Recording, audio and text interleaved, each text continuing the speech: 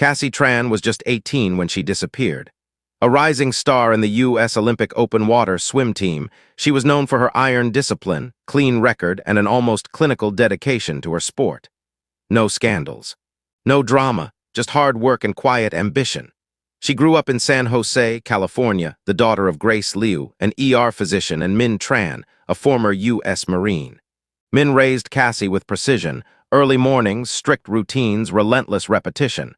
From the age of 6, swimming was Cassie's entire world. By 15, she was breaking state records. By 17, she was recruited for Olympic development training. Open water endurance became her specialty. No lanes, no walls, just her and the sea. On the morning of July 14th, 4 years ago, Cassie was scheduled for a routine 10-kilometer solo swim along the coast of Laguna Beach. It wasn't unusual. She had swum that route before, 8 times to be exact. That day, the ocean was calm, the skies clear, water temperature stable, perfect training conditions. Her GPS tracker was secured to her wrist. Her support team, coach, lifeguard, and medic trailed her from a boat a safe distance away. Everything was standard. At exactly 6:03 a.m., Cassie entered the water. She gave her usual silent wave, adjusted her cap, and dove in. Her strokes were smooth, confident, efficient. The GPS pinged as normal, first at 0.7 miles, then at 1.5, then at 6:47 a.m. the signal stopped. At first, no one panicked. Cassie often dove deep for anaerobic intervals. But by 7:0, when she hadn't resurfaced, her team started scanning, shouting her name, blowing whistles. No response. At 7:12, the Coast Guard was contacted. Within the next 3 hours, a full-scale search was underway, 3 helicopters, 2 patrol boats, 14 divers, and sonar sweepers combing the stretch of ocean. But there was nothing, not a ripple, not a sound, no body, no cap, no wetsuit. It was as if the sea had opened up and swallowed her whole. Over the next 5 days, the search expanded. Still nothing. No blood, no marine activity. No wreckage, no sign of abduction. The incident was eventually classified as a tragic accident, likely caused by a current, a cramp, or a rare underwater hazard. Case closed, but Min Tran didn't accept it. He refused to sign the death certificate, refused to bury an empty casket. If the ocean took her, he said, it would have left something, anything, even the sea has rules. He quit his job, sold his truck. Spent the next 3 years studying tides, topography, and seasonal currents off the California coast. He learned every blind spot in the Coast Guard's sonar system, every coastal anomaly, every shift in the seabed in that area. He became an expert in the kind of disappearance no one could explain. Every year, on the anniversary of Cassie's disappearance, he returned to that stretch of water at the exact hour she was last seen. He never brought flowers. Just a watch, a tide map, and a pair of binoculars. Most years, nothing changed. But this year, year 4, something did. On Monday, July 14th, 4:47 a.m., Min volunteered on a local coastal cleanup boat, helping clear drifting buoys, old nets, and floating debris off the shoreline. At 6:15 a.m., while scanning through his binoculars, he spotted a buoy about 3-8 miles off the grid. It wasn't marked. It wasn't registered. No reflectors, no numbers. It wasn't listed on any local marine chart. It drifted quietly, almost intentionally, sitting low in the water like it had weight beneath it. Min stared at it for several minutes. Something about the way it tilted, slightly anchored, resisting current, made his stomach twist. Without waiting for permission, he jumped overboard. No vest, no radio, just instinct. It took him nearly 10 minutes to swim to the buoy. Up close, it was even stranger, weather-worn but not old, with a knot of translucent fishing line wrapped tight beneath. The line led downward, taut, like it was tied to something hidden just below the surface. Min took a deep breath and dove. About 5 feet down, tangled in the line, was a small waterproof case, like something a diver might carry. Matte black. Scratched, sealed shut with tape. He pulled it free, broke the line, and surfaced. Treading water, holding the box against his chest, Min knew this was no accident. Someone had left it here, not the ocean, a person. He swam back to the cleanup boat in silence. No one asked. He didn't offer. Back on shore, he went straight home, closed the blinds, turned off his phone, and placed the box on his kitchen counter. For a long time, he just stared.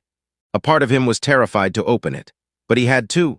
He peeled away the layers of tape and snapped the lid open. Inside was a photo, a 4x6 print, laminated, folded in plastic. It was of Cassie, her arm around him. Both of them smiling after her last meet, her medal still wet, his hair disheveled. He had written something on the back in blue pen, To my champion, Dad. And now, beneath it, written in pencil, barely legible, were 3 words, I'm still here. Adamel didn't sleep that night. He didn't eat, he didn't answer the phone, he didn't blink for hours. The photo lay before him, wrapped in a new plastic bag, on a towel in the middle of the kitchen counter. He'd examined it under a magnifying glass, under a UV light, checked the edges for fingerprints, for anything else. Nothing, just the words, I'm still here. He knew the handwriting wasn't his, it was Cassie's. He recognized the curves of her I, the way she curled the ends of her R. He remembered the way she used to sign her school notebooks. He would recognize it even if his mind didn't believe it. The question wasn't whether it was real, it was how, and more importantly, why now? 4 years of silence, 4 years of empty birthdays, unanswered prayers, and still water. And now this, a photo, a message. Buried beneath a buoy 4 miles offshore, tied with careful knots. Min pulled an old waterproof bag from the garage, gloves, flashlight, duct tape, rope, and a diving knife. Then he took the GoPro from storage, charged it, and attached it to the chest strap. He told no one, not the police, not his wife, not even his brother. If this was real, if Cassie had left him here, he needed to control what happened next. No interference, no press, no speculation. He returned to the marina just before dawn, launched his small fishing boat, the one Cassie had used to help him clean up. The sea was colder that morning, the fog just beginning to lift, the sun still smoldering behind the clouds. He followed the GPS pin he'd saved the day before. When he came to the buoy again, it hadn't moved.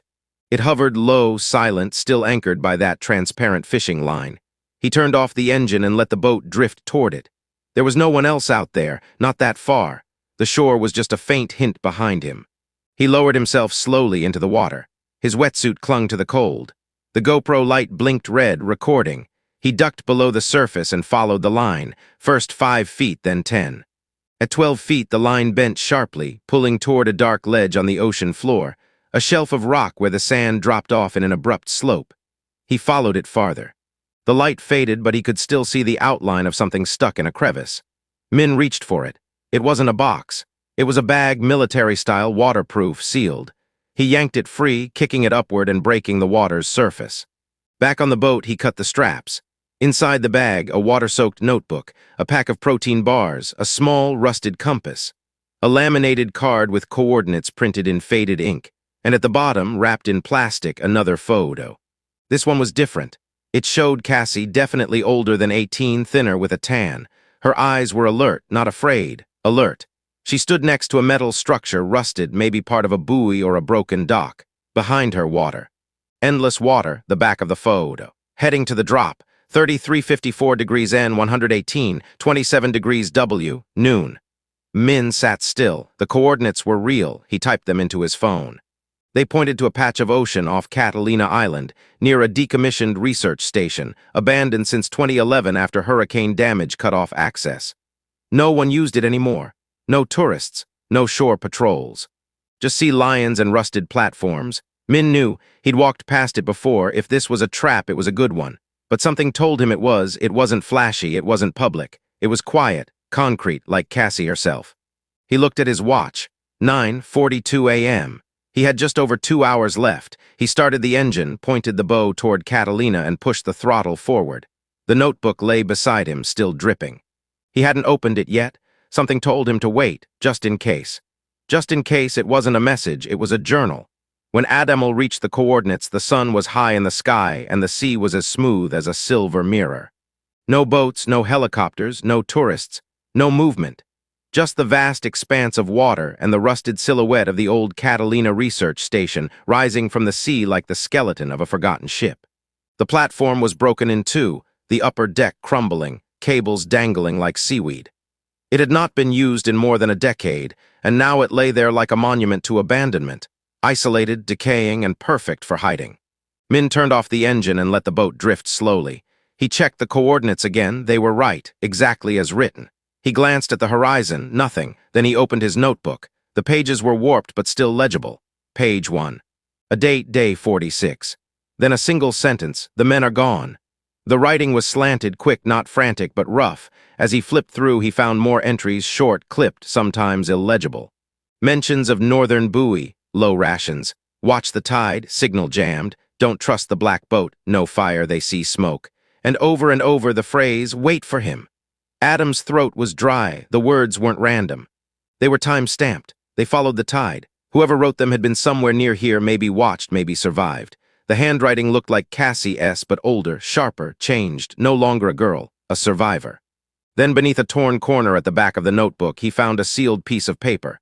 Tape inside, folded tight. He peeled it open. It wasn't a message, it was a sketch, hand-drawn, detailed. It showed the research station from above, the rusted structure floating in front of him now. The arrows pointed to an underwater hatch near the south pylon. Written in faded pencil beside it was, "Drop here. If you are, bring a light." Adam stared at the hatch in the sketch, then looked up. There it was, a round metal fixture just below the ridge, partially hidden by algae and rust. He strapped on his diving belt, secured his flashlight, and checked his GoPro, still running. Then he slid into the water, silent as a breath. It was colder underwater. Visibility was good, about 12 to 15 feet. He swam slowly, circling the south pylon until the hatch came into view. It wasn't sealed. It was stuck. The metal frame was corroded, warped inward with age, barely hanging. Adam shined his light into the opening, nothing but black, but the edges were clean, recently disturbed. No sea life, no barnacles, as if someone had opened it. Recently, over and over again. He reached into the top pocket of his vest and pulled out the waterproof tube. Inside, he placed a copy of the photo, a new flashlight, and a small, sealed note that simply read, "Dad, I'm here. I saw your message. Where are you?" He gently pushed the tube into the hatch, tied it with string, and wedged it into a groove so it wouldn't float away. Then he surfaced. Back in the boat, he waited. 10 minutes, nothing. 20, nothing. 45, still nothing. Just wind, gentle waves, and seagulls circling in the distance. He began to wonder if it was a trap or, worse, a sign of the grave. But then, at exactly 1:17 p.m., a new sound, soft, metallic. The buoy beside his boat vibrated. He turned. Something touched it once. Then again he ducked, nothing below. He circled the boat slowly, still nothing. But when he got back to the hatch, something had changed. The tube was gone, gone. He dove back down, fast, straight down. There was no sign of it floating, no current strong enough to pull it out. Someone had taken it. Adam surfaced, gasping. It had only been 10 minutes. He climbed back into the boat, his heart pounding. He didn't know whether to be scared or relieved, but he knew one thing for sure now. Someone was down there, and they had been waiting. Adam stayed on the boat until sundown. He didn't move. Didn't speak, didn't even start the engine. He simply drifted in the soft pull of the tide, his eyes fixed on the hatch below, watching for any ripple, any flash of movement, any break in the sea's glass surface. Nothing came. Not another signal, not another object. As the last light drained from the sky, he finally gave up. He marked the coordinates again, started the motor, and steered the boat back toward the mainland, his mind a battlefield of doubt and obsession. He didn't sleep that night. Instead, he replayed the dive footage over and over on his laptop, examining every frame. The hatch, the tethered tube, the subtle shift in algae patterns along the pylon, the clean edges around the frame. Someone had taken the message. That wasn't speculation, that was fact, but who, and why so silently? The next morning, Adam returned. Alone, this time he anchored closer to the platform. He dove again, checked the hatch. The tube was gone. No trace. He left another message, this one simpler, a piece of red cloth wrapped around a waterproof matchbox with a note that read, "Prove it." He placed it in the exact same groove. No wait, no bait, just a challenge. He surfaced. Waited, same pattern, silence. Nothing. He returned the next day, and the day after, until the fourth morning when something changed. At 6:52 a.m., just as the sun pierced the fog over the horizon, Adam saw it. A dark object floating beside the buoy. Tied, neat, almost ceremonial, his breath caught. He cut the engine, leaned over the side, and pulled it in. A small mesh dive pouch, standard Navy issue, waterproof. Inside, wrapped in a plastic bag, was something that made his stomach twist so hard he nearly dropped it. Cassie's St. Jude pendant. He knew it instantly. Oval-shaped with a thin blue border scuffed on the edges, the back inscribed with one word. Grace, her mother's name, she never swam without it. It had been on her neck the morning she disappeared. And Adam had never spoken publicly about that pendant. It wasn't mentioned in any police report, not in the press. Only 3 people in the world ever knew she wore it, Adam, Grace, and Cassie herself. He turned it over in his hand like it might burn him. It wasn't new. The chain was frayed, salt-worn, but intact. A sealed Ziploc tucked behind it held something else. A single Polaroid photo. Faded, blurry, but enough. Cassie's face, hollowed, hair shorter, wind-burned, Her eyes narrowed at the lens, not in fear, but in focus, in control.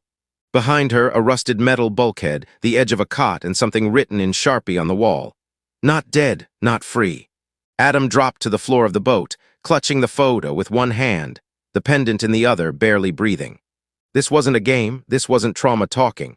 Cassie hadn't drowned, she hadn't vanished. She'd been alive long enough to write that, long enough to plan, and long enough to send that pendant, something only she could have known to use.